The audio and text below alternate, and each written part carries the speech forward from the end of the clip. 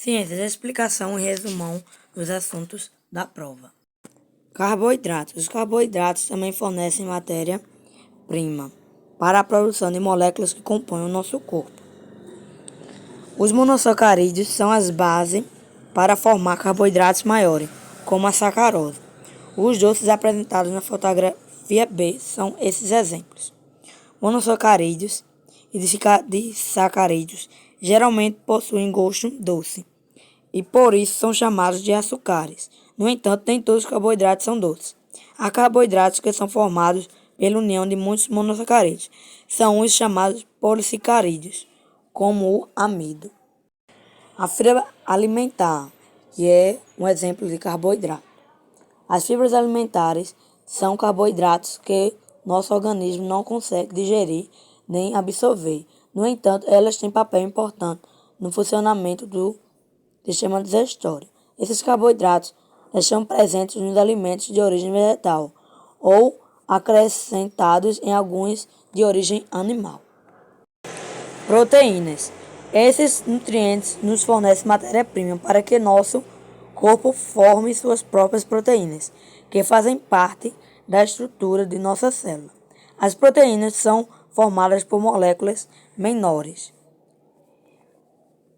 chamadas aminoácidos. Essas aqui são os aminoácidos.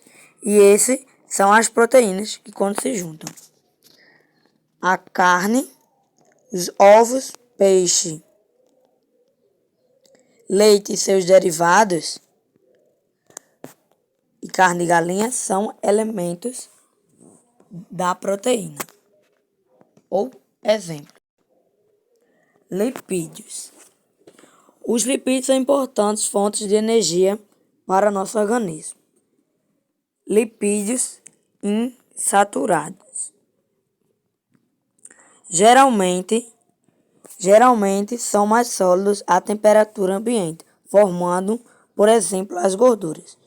Os alimentos de origem animal, como carnes vermelhas, gordurosas, banhas e ovos, costumam apresentar grande quantidade de lipídios saturados. Lipídios insaturados geralmente apresentam-se na forma de óleo à temperatura ambiente. Óleos vegetais, com exceção do óleo de coco. Peixes, azeitonas e castanhas são exemplos de alimentos ricos em gorduras insaturadas, que lipídios e gorduras são a mesma coisa. Vitaminas. Diferentemente dos nutrientes estudados até agora, as vitaminas não fornecem energia nem matéria-prima para a produção de moléculas. Elas são importantes porque atuam na regulação de nosso metabolismo, ou seja, contribuem para o controle de importantes reações químicas que ocorrem em nosso corpo. O espinafre, pimentão, o brócolis, o limão e a laranja, a cenoura, o leite e a carne são exemplos de vitaminas, que são ricas em vitamina C e vitamina A. As vitaminas C são essas. E as vitaminas A são essas. As vitaminas C. Além disso, a vitamina C aumenta a absorção do ferro, elemento importante no transporte de gás oxigênio pelo corpo. Vitamina A é muito importante para o bom funcionamento dos olhos. Além disso, é necessária para o bom desenvolvimento e a manutenção dos ossos, dos dentes e dos tecidos epiteliais, que a gente já viu no bimestre passado. Aí agora a gente vai ver uma partezinha da pirâmide que é importante. A pirâmide alimentar é um instrumento sob a forma geográfica que tem como objetivo orientar as pessoas para uma dieta mais saudável, balanceando a porção correta de cada alimento durante o dia. Agora a gente vai ver o caminho da digestão. O trato digestório é formado por órgãos pelos quais os alimentos passam durante o processo de digestão.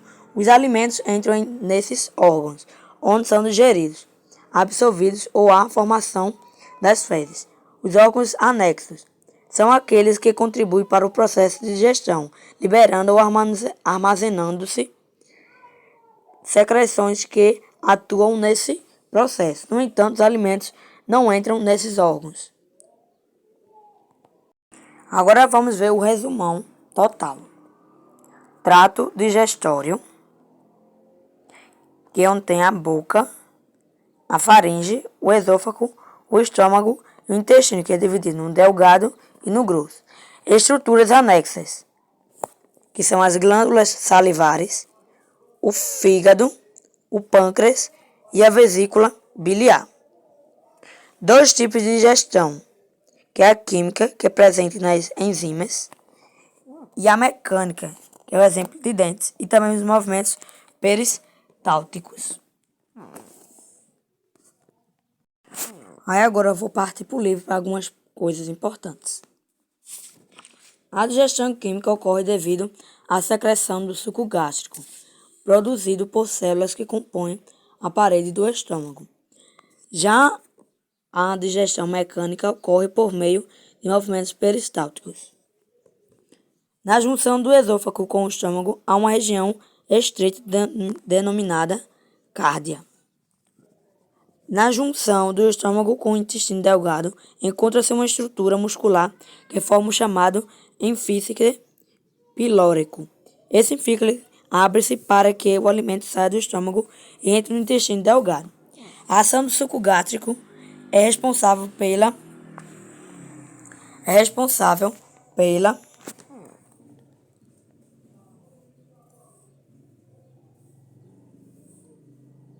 digestão química que ocorre no estômago. Esse suco contém a enzima pepsina, que atua na quebra das ligações entre os aminoácidos que formam as proteínas. A gente vê um pouquinho do estômago, que é um pouquinho mais complexo. A parede do estômago apresenta várias camadas de tecido muscular, as quais se contraem, promovendo movimentos nesse órgão. Esses movimentos, chamados peristálticos, contribuem para que o bolo alimentar seja quebrado em partículas menores e para que o suco gástrico se misture a ele. Após a digestão química e mecânica, o bolo alimentar no estômago mistura a ele. O bolo adquire uma consistência mais líquida e passa a ser chamado quimo.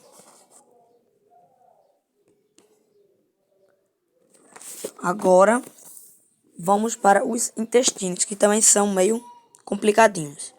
O intestino delgado divide-se em 3 regiões, as quais se diferenciam pela localização no abdômen e por determinadas características estruturais, que é o duodeno. A gente está no intestino delgado, que é o duodeno, jejunum, íleo. O revestimento interno do intestino delgado apresenta várias pregas, as quais aumentam ainda mais a superfície de absorção desse órgão. Aí também no intestino delgado tem a vilosidades e a microvilosidades. A digestão química no intestino delgado ocorre pela ação de substâncias produzidas por esse órgão, as quais formam o suco enérico, e por substâncias produzidas pelo pâncreas e pelo fígado. O suco enérico é produzido por determinadas células que fazem parte do revestimento interno do intestino delgado. Os que estão anexos é o fígado, o pâncreas e a vesícula biliar. O intestino grosso recebe esse nome por apresentar um diâmetro maior quando comparado ao intestino delgado. Além dessa diferença entre esses dois organismos, o intestino grosso praticamente não apresenta pregas e velocidades, sendo formado por 3 regiões principais, como apresentado nas ilustrações, que é o colo, o seco, que está aqui nessa região aqui, é essa imagem aqui.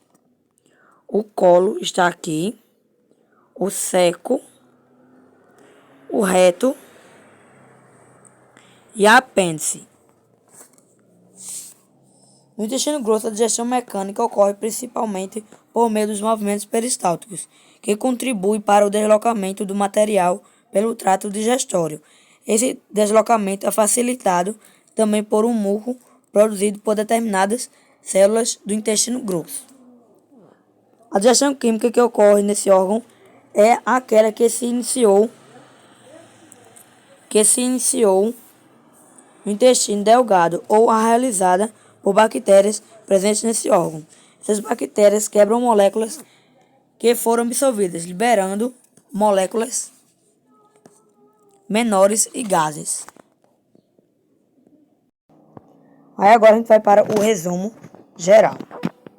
Trato digestório, boca, faringe, esôfago, estômago e intestino, que é o delgado e o grosso. Estruturas anexas: glândulas salivares, fígado, pâncreas e vesícula biliar.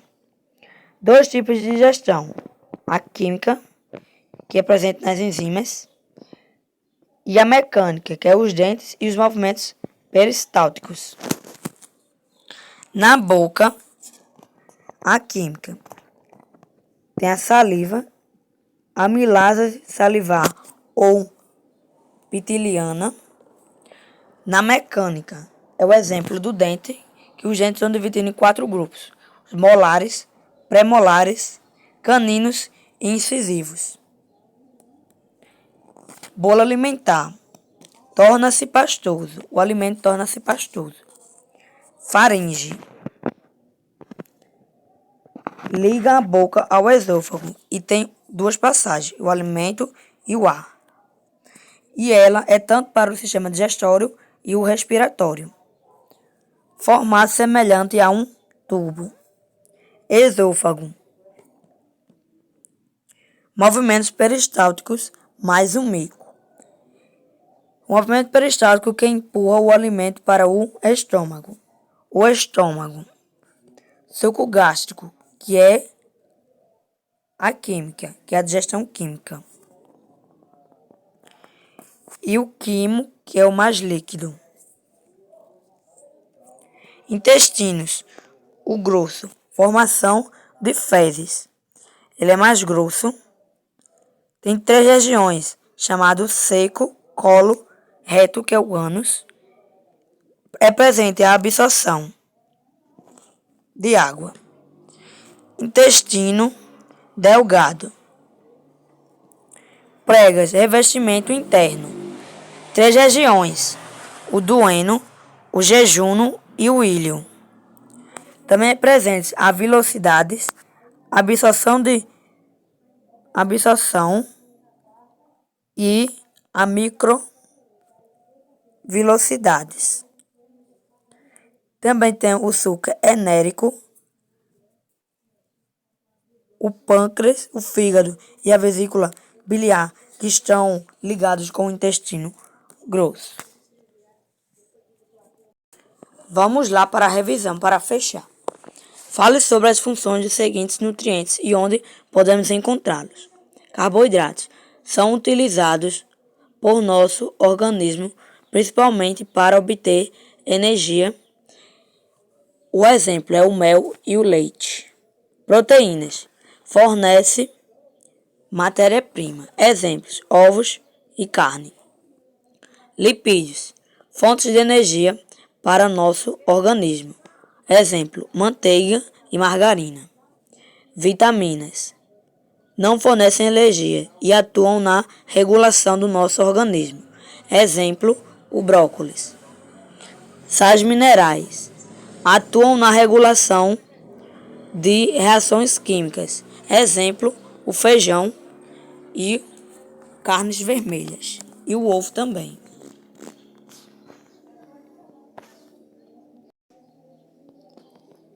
Sais minerais, que foi o que eu acabei de falar.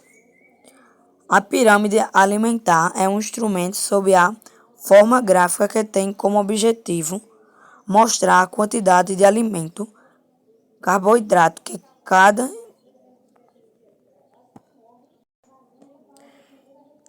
carboidrato que cada indivíduo deve consumir. Não é essa. Orientar as pessoas como não manter uma dieta mais saudável. dieta mais saudável? Não. Orientar as pessoas a manter uma dieta rica em gorduras, carboidratos? Também não. Então a certa é essa, que é orientar as pessoas para uma dieta mais saudável, balanceando a porção correta de cada alimento durante o dia. E também não existe uma pirâmide alimentar certa, mas é preciso balancear ela. Dicas também: variar os alimentos mesmo dentro de um mesmo grupo, praticar as atividades físicas e controlar a massa corporal, utilizar o sal de cozinha com moderação, menos de 6 gramas diárias, reduzir o consumo de açúcar e consumir preferencialmente óleos de origem vegetal e alimentos integrais. Agora vamos para as fibras. O que são fibras? São carboidratos que nosso organismo não consegue digerir nem absorver. Agora vamos para o quarto. Quais órgãos fazem parte do trato digestório? A boca, a faringe, o esôfago, o estômago e o intestino grosso e delgado. Quais órgãos fazem parte das estruturas anexas? Glândulas salivares, que é presente na boca, o fígado, pâncreas e vesícula biliar, que está presente, que está anexado com o intestino grosso, e também o fígado serve para produzir a bile, ligado, secretado no duodeno. Pâncreas produz o suco pancreático e a vesícula biliar armazena a bile. Defina. Digestão mecânica. Ocorre por meio de movimentos peristálticos. Exemplos: os dentes. Digestão química. Ocorre devido à secreção do suco gástrico, produzido por células que compõem a parede do estômago. Um exemplo: as enzimas. Agora vamos para o sétimo. Associe cada órgão ao papel que desempenha na digestão. Primeiro eu vou riscar isso aqui, que é para eu não ver, e também dizer certo a vocês. A boca. Mistura de alimentos com saliva e deglutição. O estômago armazena temporário a digestão de alimentos. Intestino delgado. A absorção dos nutrientes, alimentos. Intestino grosso. A absorção de água e formação das fezes. Então, o vídeo foi esse. Deixa o like, se inscreva no canal, comente e compartilhe para geral.